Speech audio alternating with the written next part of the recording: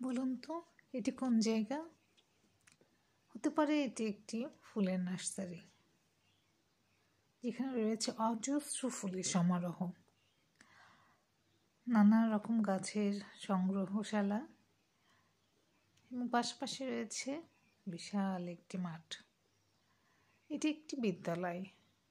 বিদ্যালয়ের গেট দিয়ে ঢুকে হাতের বাম পাশে শহীদ মিনার, তারপরে সামনে এগিয়ে গেলেই চোখে পড়বে স্কুলে কেজি শাখা। স্কুলটা এত চমৎকারভাবে গোছানো, আমার তো ভীষণ ভালো লেগেছে। চারিদিকে কেবল গাছ আর গাছ, ফুলের গাছ, ফলের গাছ, কাঠের গাছ, ডেকোরেশন প্ল্যান্ট, নানা নাম না জানা গাছের অজস্র সমারোহ। এরকম একটা বিদ্যালয়ে পড়তে পারলে তো ভীষণ ভালো হতো। প্রত্যেকটা করিডোরে এরকম গাছ দিয়ে সাজানো হয়েছে। প্রতিটা সময় ঘুরে দেখতে আমার ভীষণ ভালো লাগছিল। শহুরে জীবনে এরকম একটি খোলামেলা পরিবেশে পড়ার সুযোগ পাওয়া সত্যিই ভাগ্যের ব্যাপার। কারণ শহরে বাচ্চাদের বেশিরভাগই স্কুল জীবন শুরু হয় বদ্ধ কোনো ঘরের ক্যাম্পাসে। সেই হিসেবে এই বিদ্যালয়ের ছাত্রীরা নিঃসন্দেহে অনেক সৌভাগ্যবান। চারদিকে কেবল গাছ আর গাছ, এত সুন্দর সুন্দর ফুলের গাছ, পাতাবাহারের গাছ। শুধু আমার কেবল ঘুরেই দেখতে মন চাচ্ছিল। পাশাপাশি রয়েছে বাচ্চাদের খেলার এরকম প্রশস্ত একটি মাঠ। মাঠের চারিদিকে দেখুন কত গাছপালা, চারিদিকটা যেন সবুজে ঘেরা। এই বিশাল বিশাল ঘন গাছপালার মাঝে কিন্তু রয়েছে ছোট্ট একটি পার্ক, যে পার্কে রয়েছে দোলনা, স্লিপার,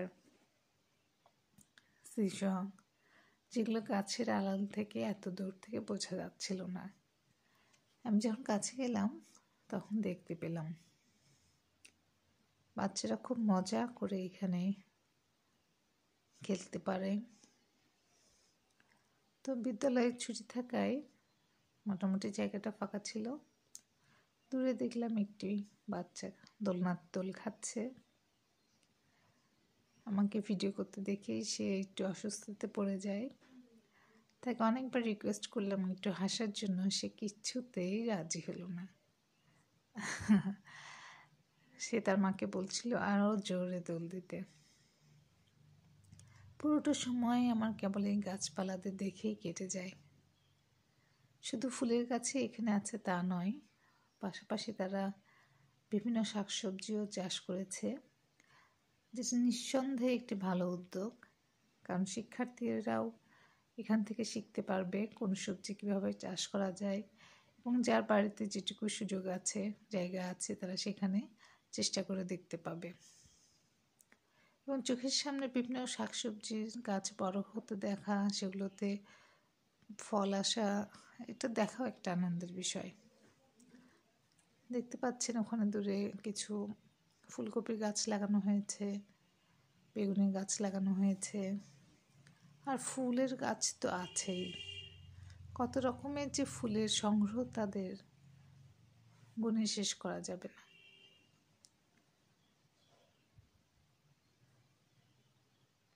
তো যারা চান এরকম একটা পরিবেশে বাচ্চাকে পড়াতে, তারা বিদ্যালয়ে যোগাযোগ করতে পারেন। এটি পাবনার সুনামখ্যাত ইমাম Ghazali girls school and college.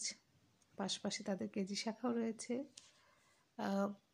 October November দিকে তারা অ্যাডমিশন নেয়। সবার জন্য শুভ।